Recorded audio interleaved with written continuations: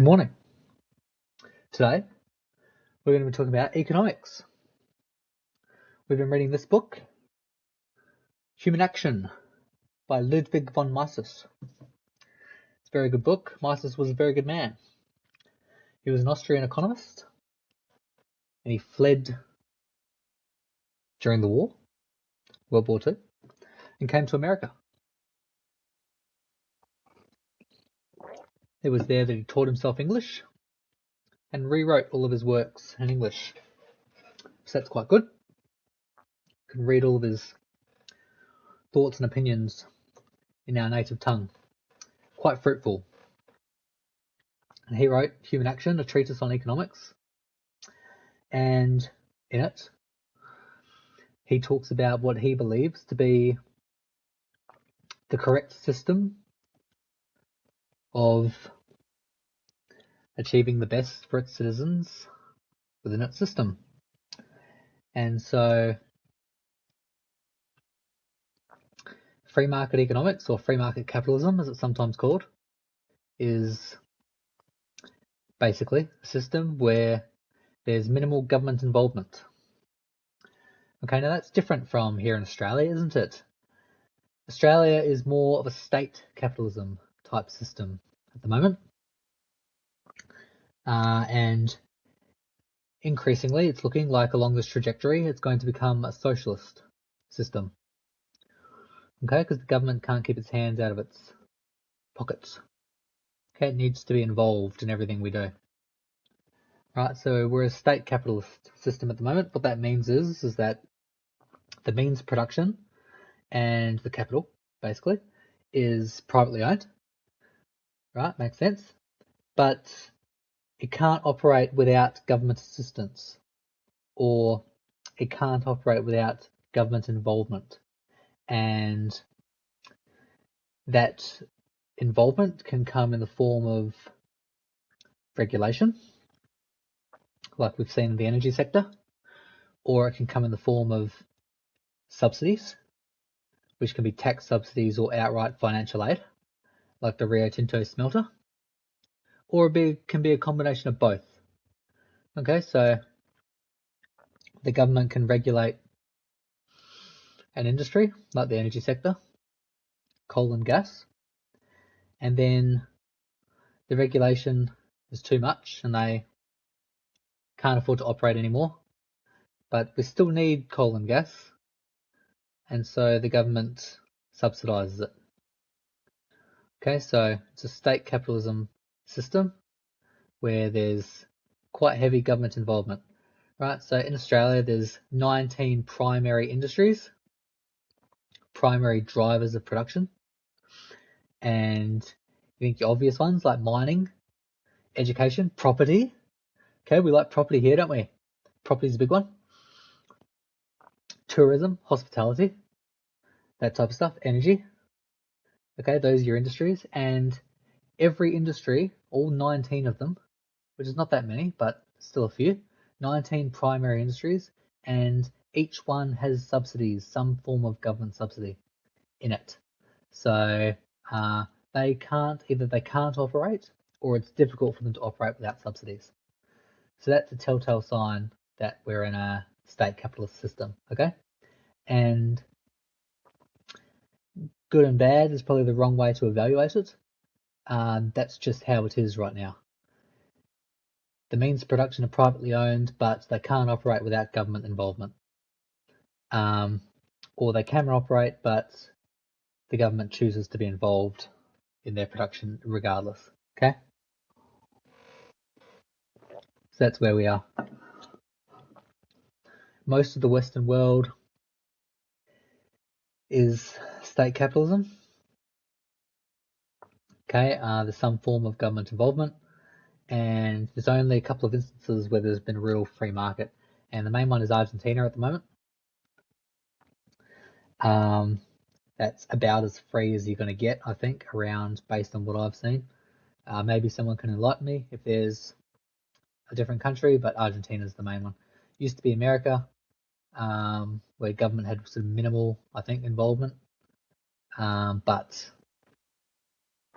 that's changed. over the last few decades.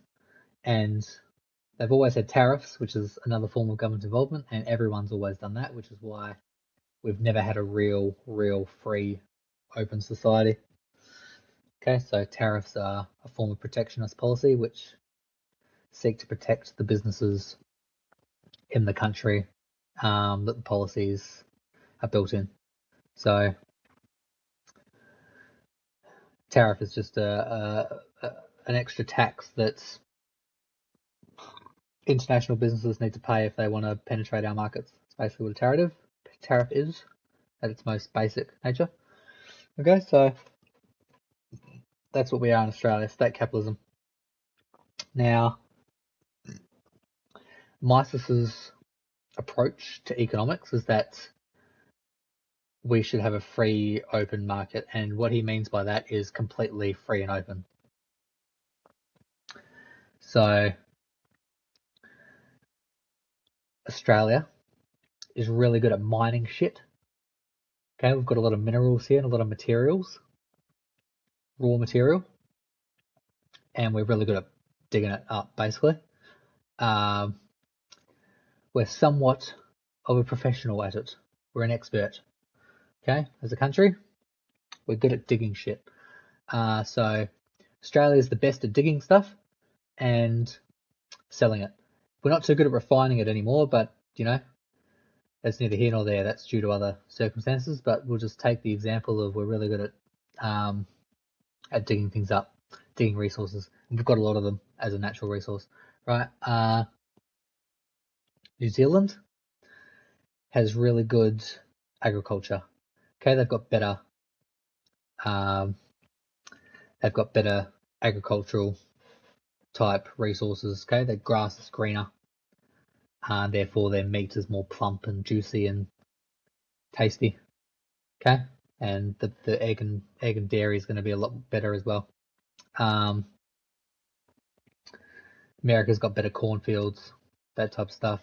Anyway, the point is, certain countries are going to be better at producing certain things, sometimes by the nature of the way the geographical makeup is. Like Australia has a lot of material, like I've just mentioned, iron ore and gold and that type of stuff, so they're going to be better at, well, they're just going to have more gold and iron ore than someone who doesn't have any, right?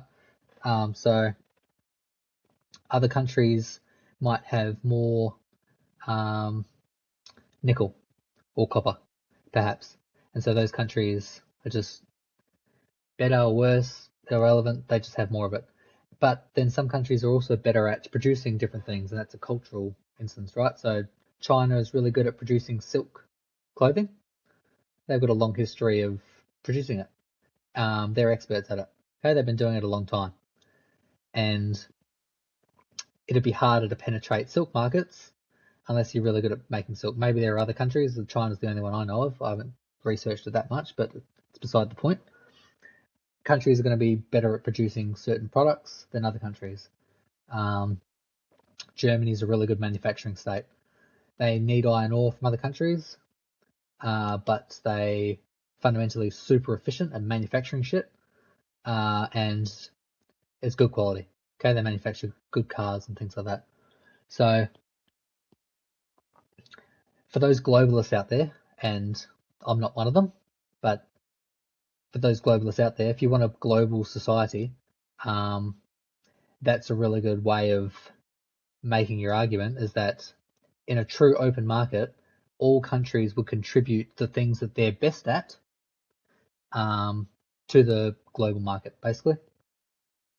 And you'd have less competition because naturally more countries would just penetrate markets more deeply depending on how efficient they are at making the products.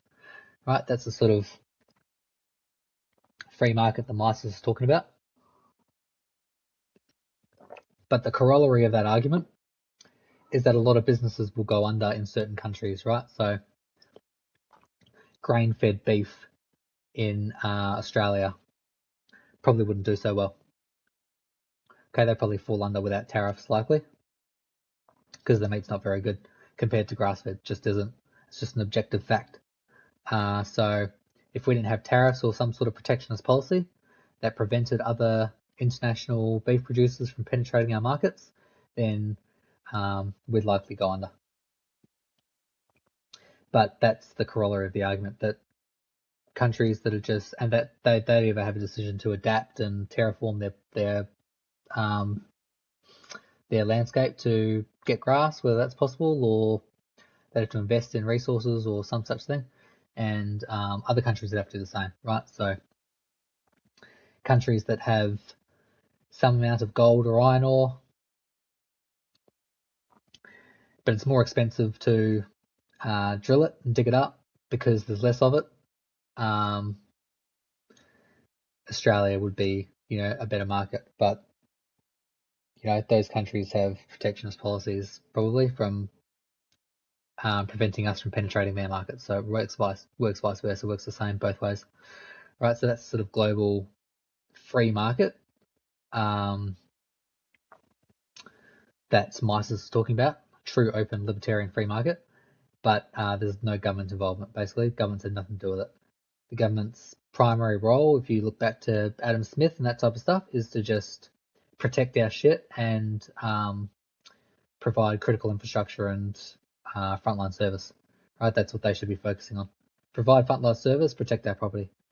That's the primary motivator, drive of what a government should be. That's why they were created. They were created to protect our property and produce critical infrastructure and frontline service. Doctors, nurses, military. Protect the people and their property from each other and from external groups that don't like us. Okay, that's what a government is supposed to do. They haven't been doing that.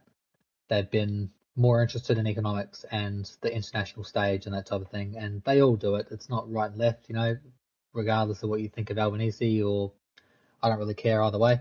They all do it, right and left. In Australia, the Liberal Party is just as bad.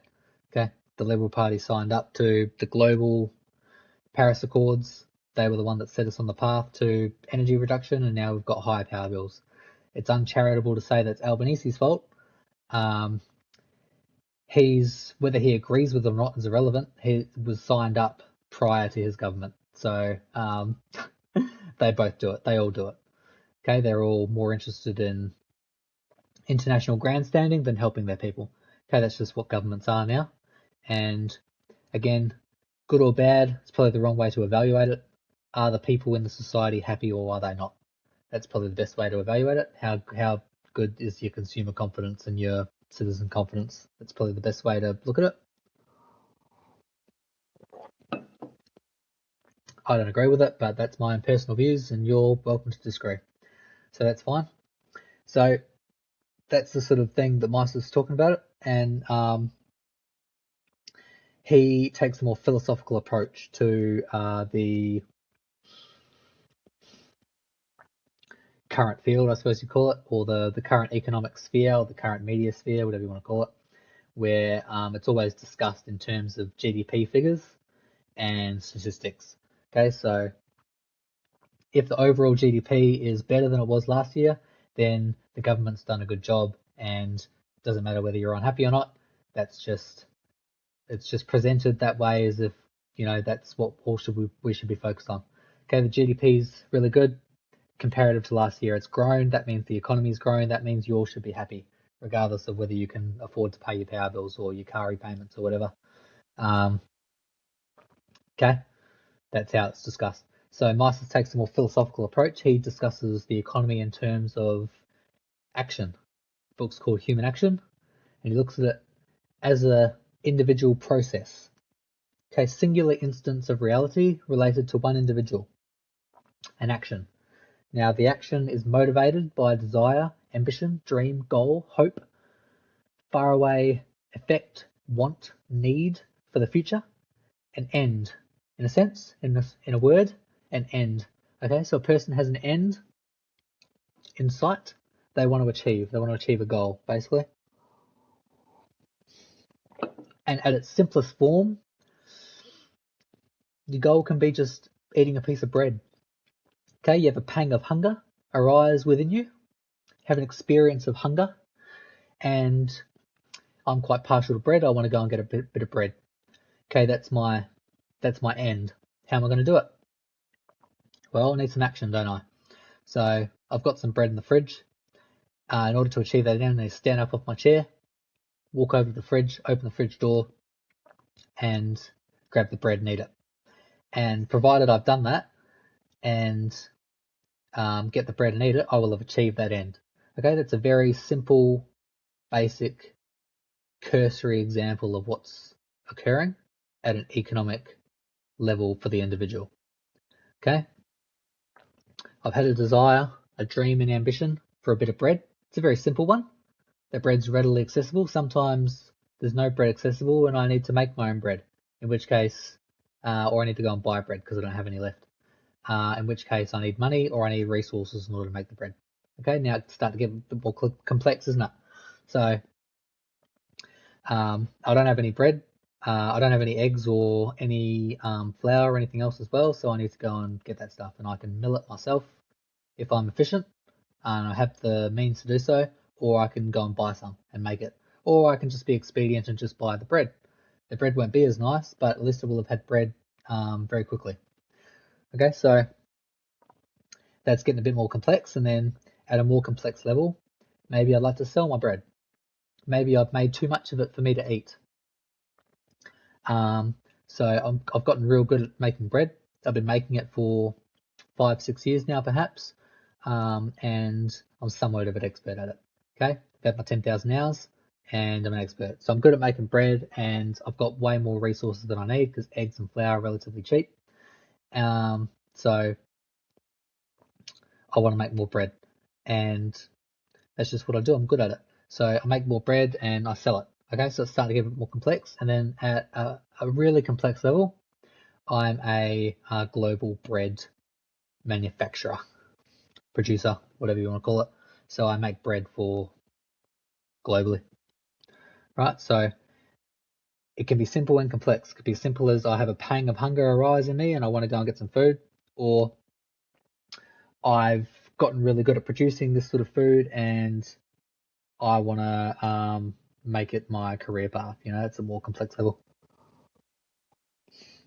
So in terms of products and services, you're good at providing some service or making some product. You've got your design, patent pending or whatever it is, and you want to manufacture it to the world, right? That's a way more complex level. So that's fundamentally what's occurring. You have a desire, dream, ambition to achieve some goal, and you generate action towards that goal. Okay, that's it.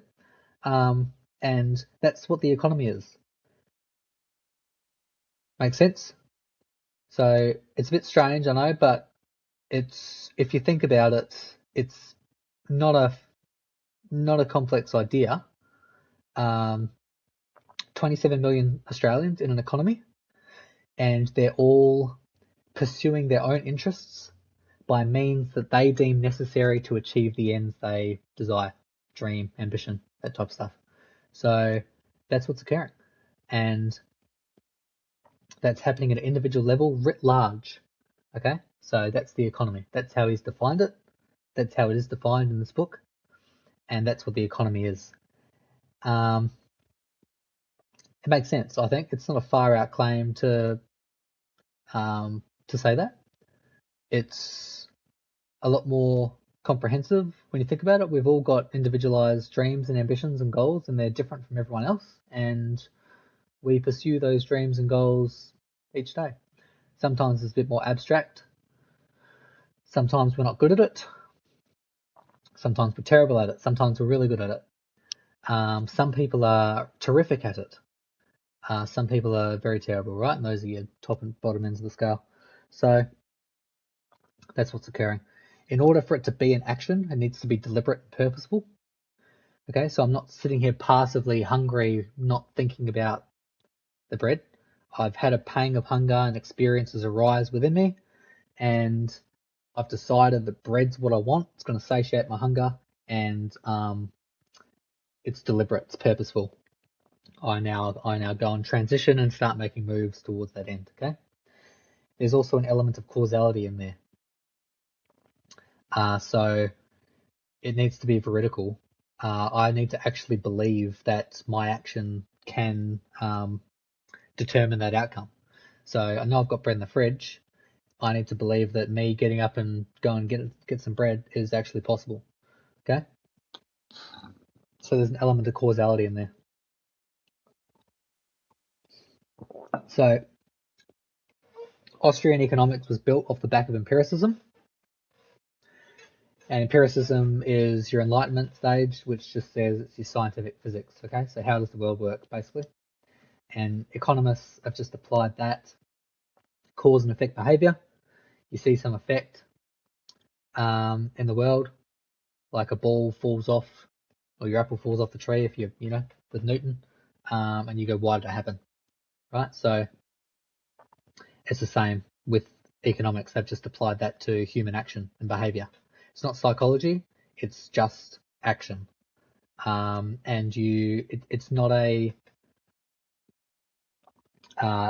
difficult or fallacious argument to make that a person has desires and goals.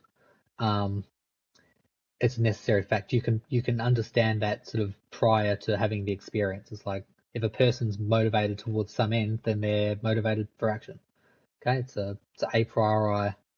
It just means prior to experience. It's a priori knowledge. Okay, you can know it without having to experience it. Person has beliefs and dreams and goals, and they're singular to other people, and they work towards that end. So that's how it's defined. Now,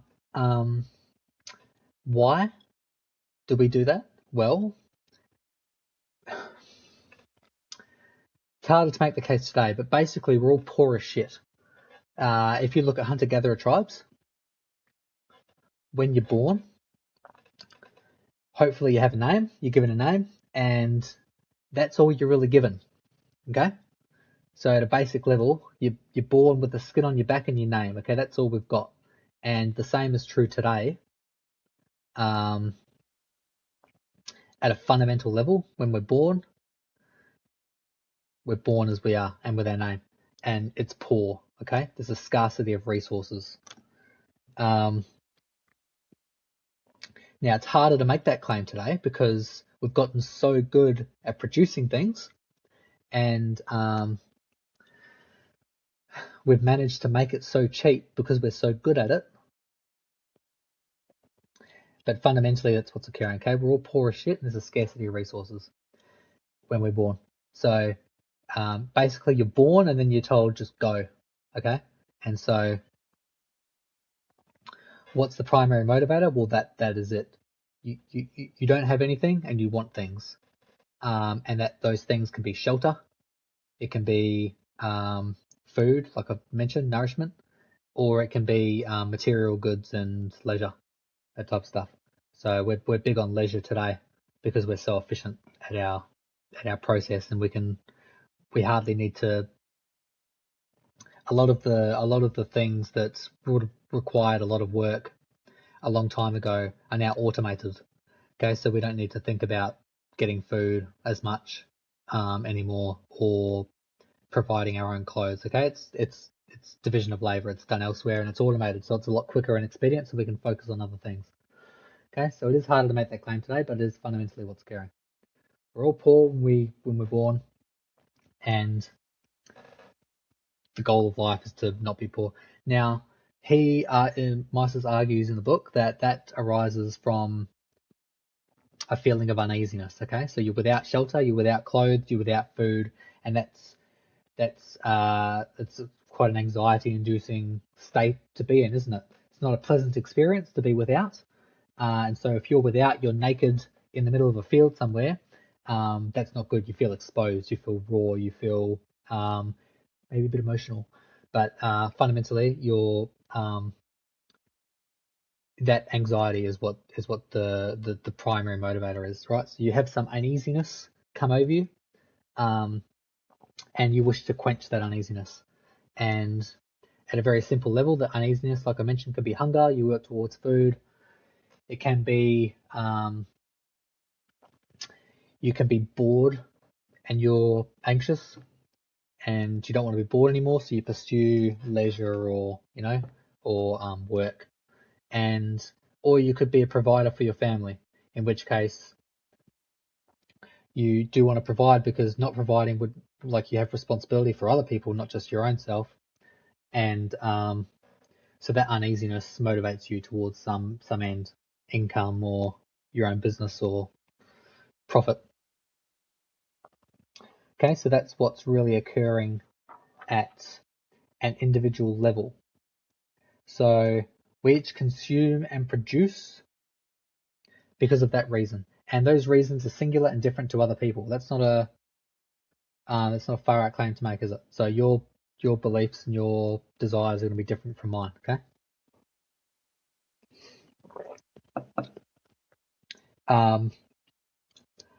And that's how the economic theory is built, upon that claim that we're all individuals and we're working towards our own ends, pursuing our own interests in cooperation with each other. As I mentioned, at a very complex level, at an international level, some countries are better at producing some things than others, and that's due to a range of factors like culture, material resources within that country, etc., etc. It's the same at an individual level. Some people are really good at soccer, like who's the dude? Not Ronaldo, or the main dude, whatever the main big guy is, who's really good at soccer, the international super famous, right? He's the best at it. Okay, so some people are really good at soccer. Some people are really good at baking bread. Some people are interested in soccer. Some people are interested in baking bread. Some people are interested in making clothes, designing clothes. Some people are interested in making craft beer. Some people are interested in plumbing. Some people are better at plumbing than others. Okay, so there's a great complex interplay occurring at individual level. But those are the motivators. So just as countries are better at producing other things than others are, individuals are better at doing some activities than others are, and that you might disagree with that, which you're allowed to do, but it doesn't make the claim any less true. So I'm not very good at playing basketball. I'm short and I don't practice it a lot, so I'm just not better. I'm not going to be better than who's the Matt Shaq, or Michael Jordan or whatever. I'm just not going to be better than them because they practice every day and they're a lot bigger and and they enjoy basketball and I don't really enjoy it. So I've got every opportunity to become a basketball star. There's a basketball team in my city where I live, and they do tryouts presumably, and I can throw my hat in the ring, but probably won't get in because I lack the talent and the motivation to become disciplined in that area and focus myself. So, you're starting to see it's not an outrageous claim to say, some people are better at other things than other people are. I also don't actually bake bread. I have baked a couple of times, but I'm not a bread baker, right? So I'm not going to be as good a bread baker as someone who's done it his entire life. It's just not going to be the case, and that's fine. But we're better at different things than others, and worse than others, and so that's the primary motivator for complex economy: is the people who are better at doing things they're interested in pursue that, and other things which other people are interested in which are different pursue that, and then we're cooperating together, pursuing our own interests. Okay, that's what's really occurring at an individual level, right? So if you're a miner, you enjoy mining, hopefully. Hopefully you enjoy it. Let's just say you do. You enjoy mining, someone else enjoys plumbing, right? So in exchange for the plumbing service, you go and mine, and there's more money for the infrastructure, which the plumbers use, or the resources that the plumber gets probably come from some form of mining. So you see where I'm going with it. Now, that's very different from the other side approach, the Marxist approach, which is that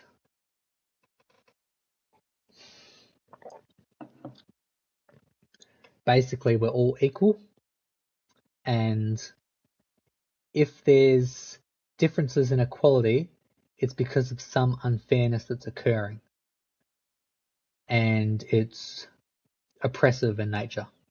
Okay, that's fundamentally what they believe. We're gonna do Marx next week. I'm gonna read the Communist Manifesto. I'm gonna start that today, and we're gonna do a video about that next week. I wouldn't say I'm excited about it, but we'll give you this one, then we'll give you Marx, and we'll just see how we go. Maybe he'll convince me. I'm a conservative free market kind of guy, but who knows? Maybe he'll convince me. Maybe he'll say something I agree with. Who knows? But we're going to talk about it next week. But fundamentally, that's what they think. Everyone's the same, and if they're not, it's because of oppression, and we need to fight that oppression. But we'll get into it, right? So Mises's claim is very simple. What's occurring in the economy is a singular individual pursuing his own ends, and that essentially benefits other people because his ends are going to be producing things that other people are not very good at, right? And they'll do other things that they're good at and which will benefit him, and we're all working together for a better world, right? But it is privately owned. So instead of extrapolating to sort of a class probability, where you have a line of reasoning that attempts to apply to an entire class of things, it's more at an individual level, okay? We're going the other way. There are large patterns that can occur, trends, economic trends that can occur at a national level, but those trends are not irrelevant, but they're secondary to what's really occurring. If there are trends that emerge, they're only due to individuals pursuing similar means and interests. That's what's really occurring at a fundamental economic level. And so that is a different claim being made than, what's happening at a political level, where, like I said, it's all data and figures, and provided the GDP keeps growing overall, everyone should be happy or whatever. Now, Mises says something along the lines of, if you want to see what's really happening in the economy, look to the housewife. Okay, so your average housewife has got a far better insight into the economy than the economists, funnily enough, or the people who say that they're economists who are hired by the politicians. Okay, because a politician's not going to hire somebody who disagrees with them. They're just not. You might think you have that capability until you're actually met with that dilemma where, you've got two choices between someone who disagrees with you and someone you don't. Why would you choose the one who disagrees with you? Okay, you just wouldn't. So politicians are not incentivized to hire people who disagree with them, and therefore most economists that are giving economic recommendations are recommendations that the politician agrees with, basically. And so there's a feedback loop, what's occurring. So if you want to see what's really going on, ask your local housewife. She'll have a better understanding. And the reason for that is because she's got a finite amount of resources that she has in order to run her household. Okay? She gets a certain amount of money each week, a certain amount of resources, and she's got to feed her entire family. She's got to keep them fed and clothed, and the bills paid, and she's got to run her entire house. It's not an easy job, and but she does it, and she knows precisely how much resources are required to run her household and how much resources her household needs in order to function properly. And when there's an imbalance between how much resources are required to run her household and the efficiency of her household being run, she'll know there's an imbalance in the economy somewhere. Maybe she won't be able to pinpoint exactly what it is, or maybe she will. But the point is, she knows better, far better than an economist, saying you're fine, inflation's low, electricity prices are less than what they could be, or GDP overall has grown. What are you complaining about? No, the housewife knows. She knows that she used to be able to afford a certain amount of material to feed her children and to clothe her family than what she used to. Okay, the resources aren't going as far. Okay, so she knows there's an imbalance there. She's got a better understanding of it, a better insight into the economy. Okay, so that's different to how it's being portrayed. And the reason it's portrayed that way is because, well, I've outlined one view. Politicians enjoy this feedback loop, as we all do. It's very hard to indulge in things you disagree with. I'm about to do it with Marx. I'm not too thrilled about it, but I'm going to do it because I actively try and read things I disagree with, because that's how you better get towards truth, I believe. Otherwise, I'm just reading shit I agree with, and I'm not learning anything, am I? I've read a book and I agree with it. It's like, well, all right, I agree. I haven't really gained anything, but if I'm reading stuff I disagree with, then I'm learning something. So the politicians have their feedback loop, and they also discuss the economy in terms of its global GDP, and it's described often as its own entity moving amongst its own means, or a society moving amongst its own means. And so the society is often discussed and portrayed as a living, breathing thing that's moving towards some end, generally a utopia or something like that. And if we wish to usher in the utopia, we need to move towards that. And so that's how they can justify policies that get in the way of individual desires, because they create that antagonism. They go, well, society is its own thing and it's moving towards something great, the utopia, and it's dressed up as a moral argument. It's a morally virtuous cause to have society as a whole universally applied in this great area, the utopia, and we're all going to be happy. And so individual needs, who needs them? Why would we cater for the individual when we're, applying this prosperity universally? And so that's another motivator for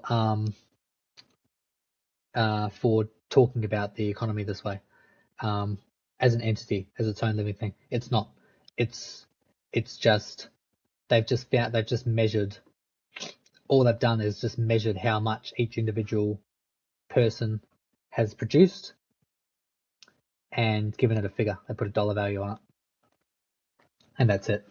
So that's not the economy. The economy is individuals all working together, 27 million of us cooperating together for a better world, hopefully, most of us. So that's what the economy is.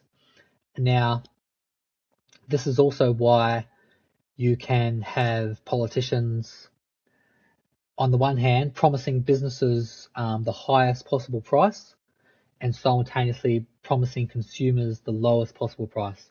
That's not a contradiction in the political sphere.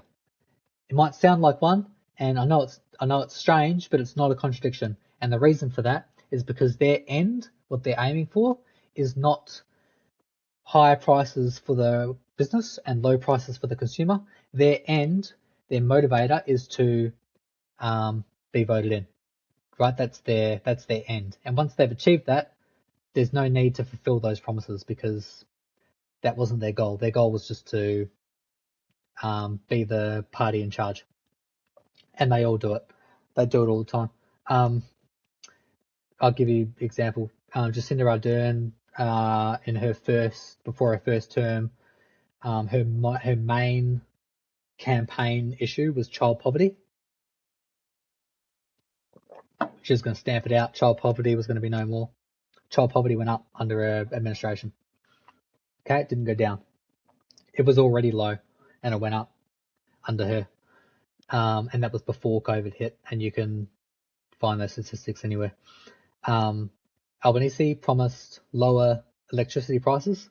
Okay, they went up under him, and they all do it. They were just the ones in power now. In New Zealand now it's Luxon. He campaigned on just not being. He didn't even campaign on anything. He campaigned on just not being Labor, and that's how he got in because the economy was so bad. But he hasn't really done anything either. It's just another politician who's interested in his own interests, as most politicians are. Okay, very rarely, most of the major parties, they're more interested in self-preservation than they are actually about solving problems. Okay, because most of the problems are caused by them. So, in your state capitalism, the reason most of the industries, like I mentioned, need subsidies, because the subsidies help them from going under. Now, why are they going under? Well, they're going under because they've got high regulation within those industries. All right. In mining, it takes 16 years from the first time you find some material that's available to mine and being able to actually put a shovel in the ground. Basically, it takes 16 years. And that's just paperwork, legal structures, Aboriginal preambles, government regulation, basically. Okay. In New Zealand, they're trying to fix it, whether they will or not. I don't know. Good on them if they do. But to build a house, it's probably the same over here, I imagine. It takes a long time because a individual councillor has to get up out of his seat in the office and go and site each stage of the construction process of a house. So once your grading's all cut for your property, councillor's got to come out and get his little clipboard. He's never built a house before, but apparently his clipboard tells him how to evaluate whether the site is prepped adequately enough, and then he ticks it off, and then the next stage can begin. And then slab goes down, he's got to come out again. He's not a concrete person, but his clipboard tells him that he's capable of evaluating it, so he does. And each stage of the process, the councillor's got to come out and cite each stage, and that's occurring with the thousands of houses thousands of houses being built, and that's why there's so much backlog. Because the councillor's got to come out, who's never built a house before, he doesn't know how to build a house, he's never laid a slab of concrete in his life, he's never touched a tool, but his clipboard says that he knows how to evaluate things, and so he has to go out and evaluate each process. And that's why it takes so long. Right, so the regulation involved, in Australia, coal and gas is being, reduced in managed decline, and so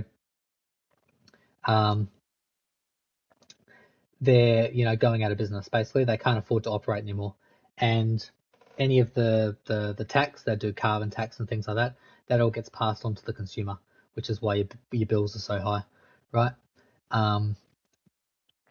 They're forcing renewables, which is fine if you want to bring in renewables, but don't enforce it. They're enforcing it. Has to be done. They're expensive by definition because they're intermittent.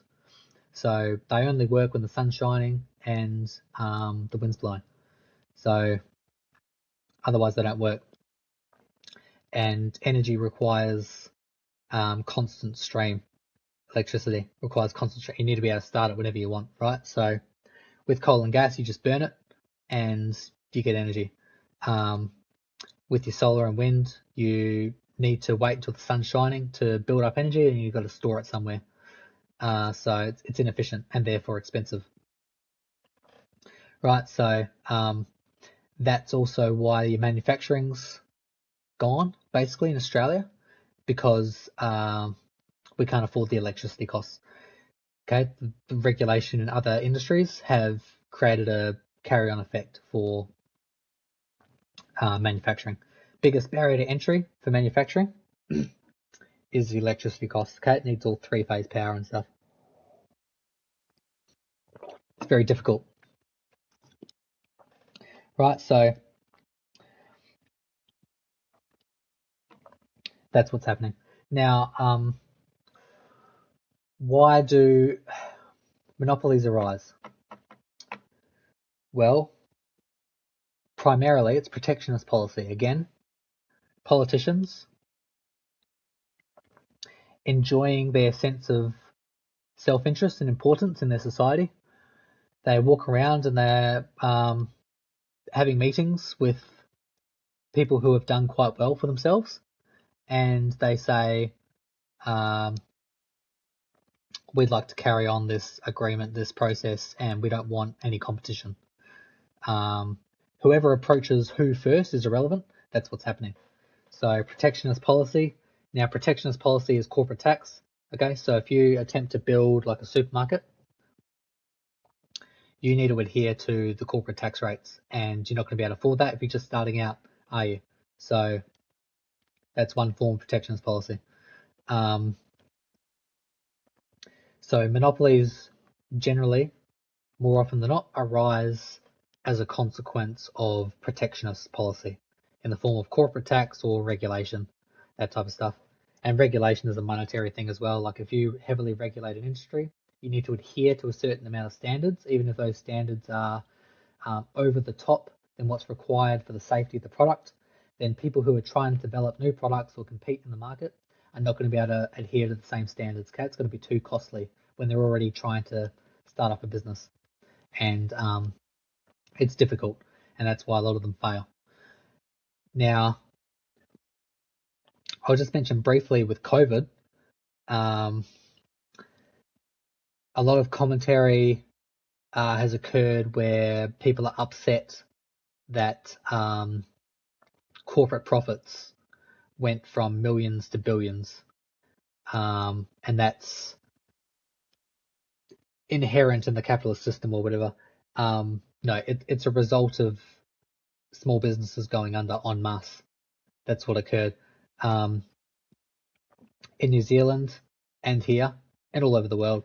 They said only the corporations, the politicians said they decided in their little ivory towers. They went, only the corporations can stay open. They're essential services, and all of the small businesses, your mum and dad businesses, needed to stay closed. Okay, they couldn't operate, and then they needed to get loans in order to pay their staff, and so a lot of them went under.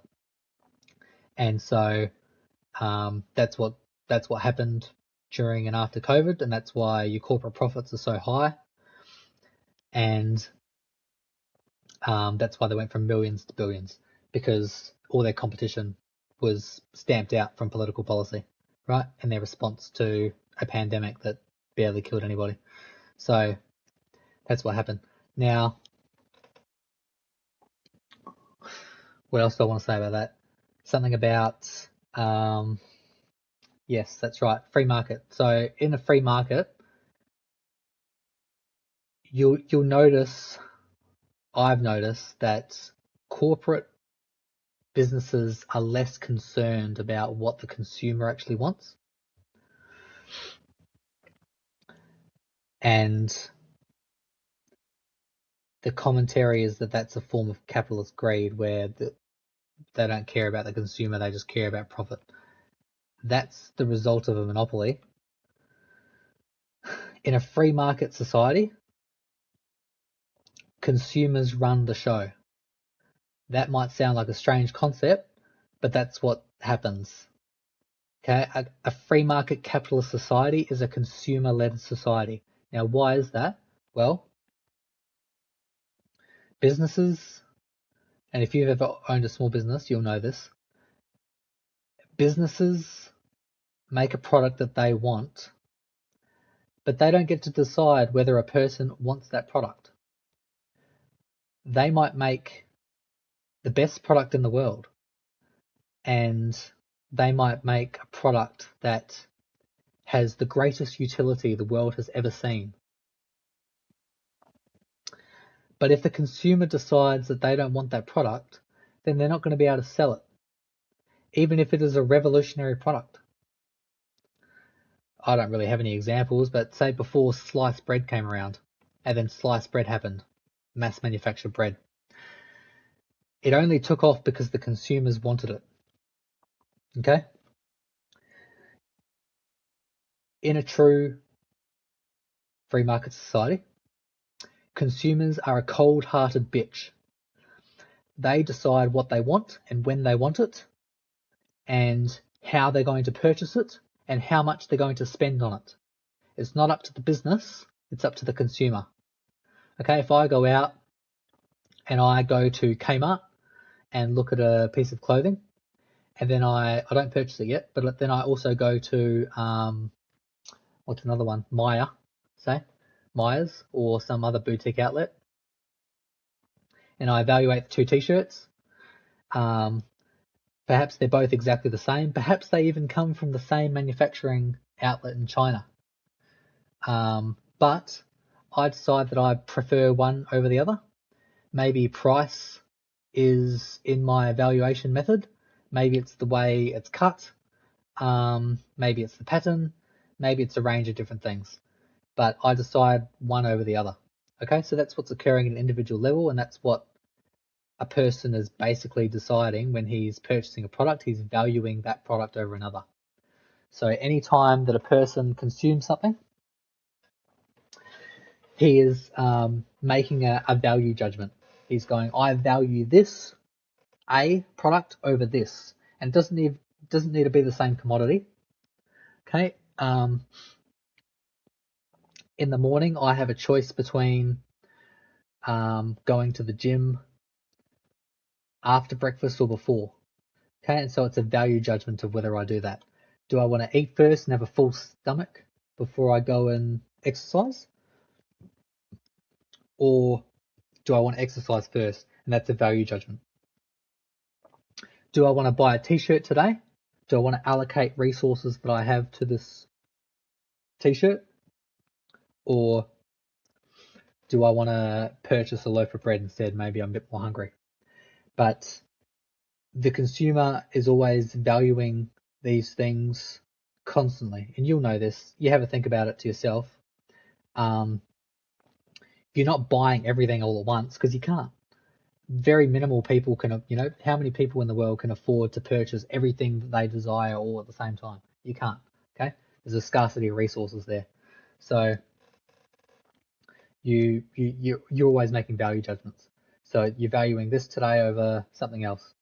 And so in a consumer-led economy, the business doesn't get to decide what's right for the consumer, even if it is right, even if their good or service is universally better for the consumer than the consumer's wildest imaginations. And all that's needed is a bit of information, and then they're, enlightened to this new product. No, it doesn't work that way. Okay, you can't force the consumer to do anything. The consumer will decide when they're good and ready, when they purchase a product or when they don't. And if they don't like your product or your attitude, they're not going to purchase your product. Okay, the consumer's a cold-hearted bitch, and they decide what's going on in the economy. Okay, they decide when they purchase things. And so if you're a business in a free market enterprise, you don't get a choice. You need to produce services that you don't necessarily agree with, or products that you don't necessarily agree with. If you're a person who makes products, if you want to stay in business, you need to provide products that consumers want to purchase, or services that consumers have an interest in. Otherwise, you go out of business. And so that should give you hope that in a true free market enterprise, you're the one who runs the show, the consumer. Okay? Not so in a socialist system, and a little bit in state capitalism. Okay? Minimal choice. And that's why if you go to, I don't know what it's like over east, but in WA, it doesn't matter which mall you go to, all the shops are the same. Okay? If you want a book, you go to Dimmicks. If you want clothes, you go to Myer or Kmart, and all the manufacturers within each outlet are the same. If you want some electronics, you go to JB Hi-Fi. Okay, there's very little competition. And competition is necessary because that's what drives prices down. So it necessarily costs a normal amount of resources to build a product. We all know this intuitively. If you ever made a loaf of bread, you know it takes a certain amount of eggs, some flour, and some water and salt, whatever recipe you use. Okay, that's how you make a bit of bread. And so making a complex product is the same. You need a certain amount of raw material refined in a certain way. You need some plastic and some iron or whatever. And that costs money. And so in order to provide those products, they need to provide an adequate amount of resources. Now, if they're the only ones selling it on the market, that's a monopoly and they get to effectively decide whatever price they want. And if it's a product that you need, like a loaf of bread or water, or an iPhone, that's become a necessity, hasn't it? Then they get to dictate what the terms are, okay, what the price is, not a consumer-led economy anymore. And so if you want prices to go down, you should be advocating for more competition. Okay, and that's you'll be very surprised about how quickly competing businesses spring up. Okay, there are, especially in Australia, there are some hungry buggers out there and they're ready to build shit and they want to. Okay, they just need the space to do so. They need the backing. And what that backing looks like is minimal government involvement and the space and if they're manufacturers, the electricity prices to be low in order to do it. So you want to rebuild a complex economy, start allowing people to build shit again, especially in Australia, because we're good at it. All right, we invented the refrigerator. We had a damn good car here, the Holden. It was a damn fine car. It was becoming international phenomenon. Other people wanted it, and then it went under, didn't it? Because we couldn't afford the manufacturing. The operating costs were too much, the energy prices, right? Thanks to your politicians, left and right. Okay, I'm just including them all in it. They're all to blame. It's not any one party. They're all as bad as each other. Okay, and that's why you get the right wing, supposedly right wing liberal parties, your Susan Lays and your Duttons, all the policies are the same. If you go and have a read of the policies, they're all exactly the same. It's just a matter of degree. They're all committed to the climate change dogma. And all their policies are like pseudo-religious in nature. They're all saying something like, you've got problems, don't worry, we're here to fix it. And it's more government is always the solution, not less.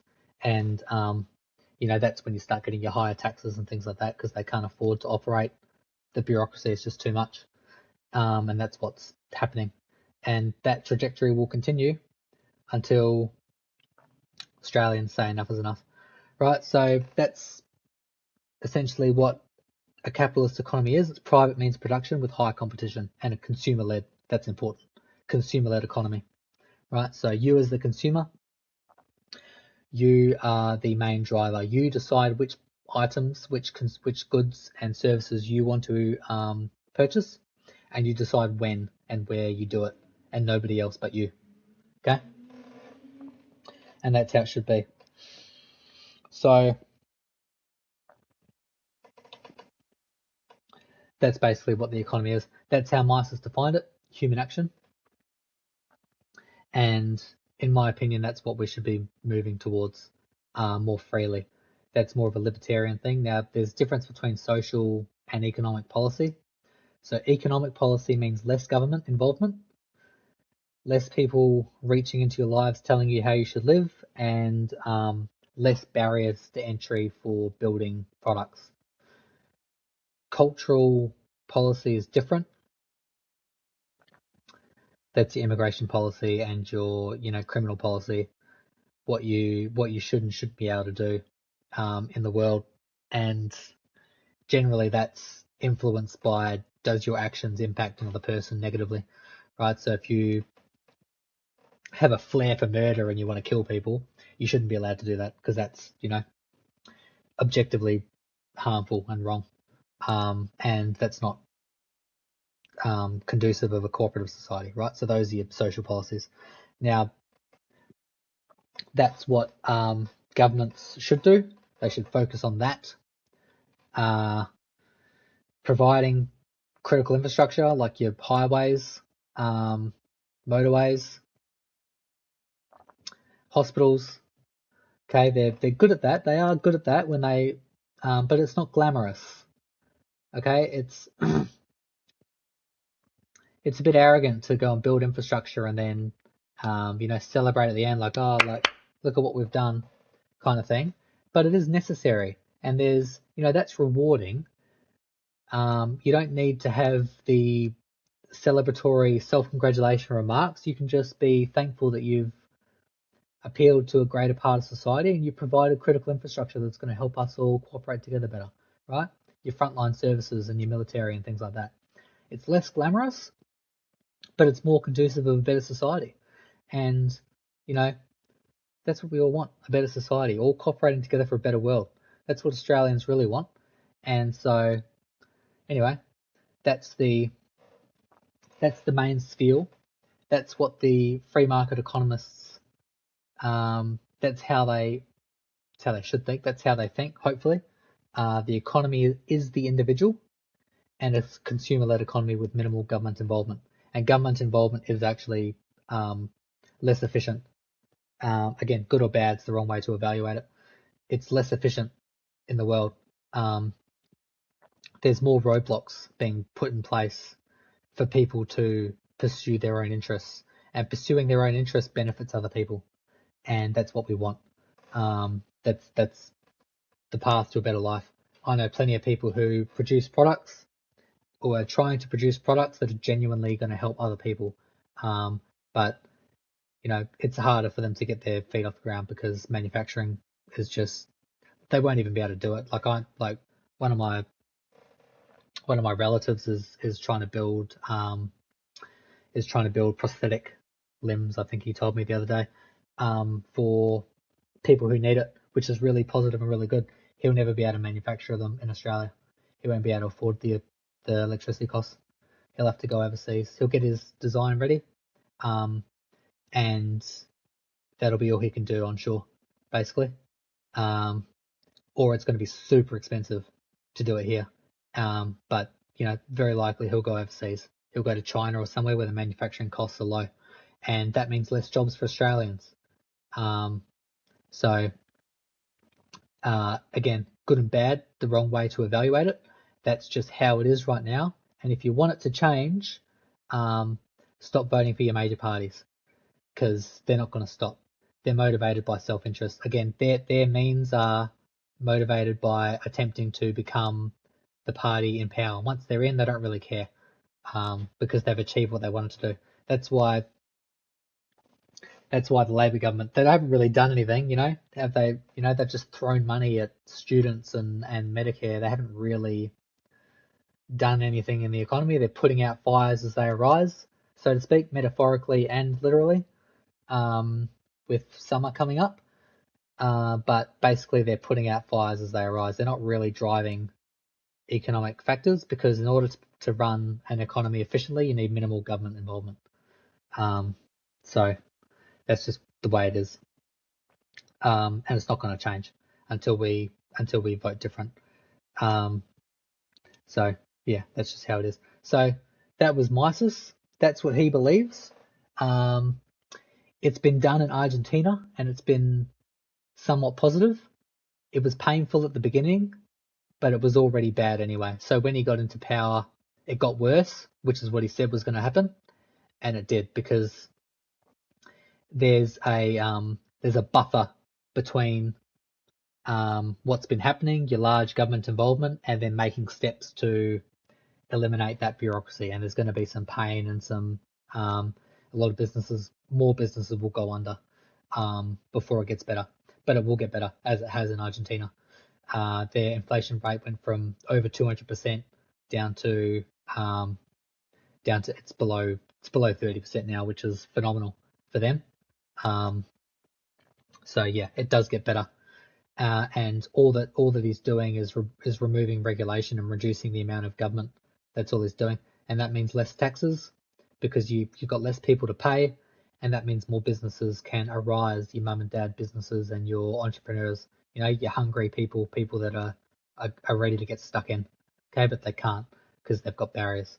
So that's how it's defined. Human action. We're all individuals pursuing our own interests. Makes sense. Sounds good. So next week we're going to talk about Marx. We'll see how we go. I'm going to be charitable. I'm not going to be as sullen as I have been today about him. I'm going to be charitable, and I'm going to strongman, and basically I'm going to read it as I would any other book and say this has got something to tell me, and hopefully he does teach me something I haven't learnt before, but we'll see, and we'll talk about it. And it's only a small book, so it might be a small episode, but maybe we'll have more to say about it. Who knows? But the Communist Manifesto is what we're reading. So we've done free market economics. Now we'll read Marx, and we'll be charitable with him. So that's good news. We're hopefully being objective. So there it is. Thanks for listening, if you did, and we'll see you next time. How do I stop it? How do I? Oh, there it is. There we go.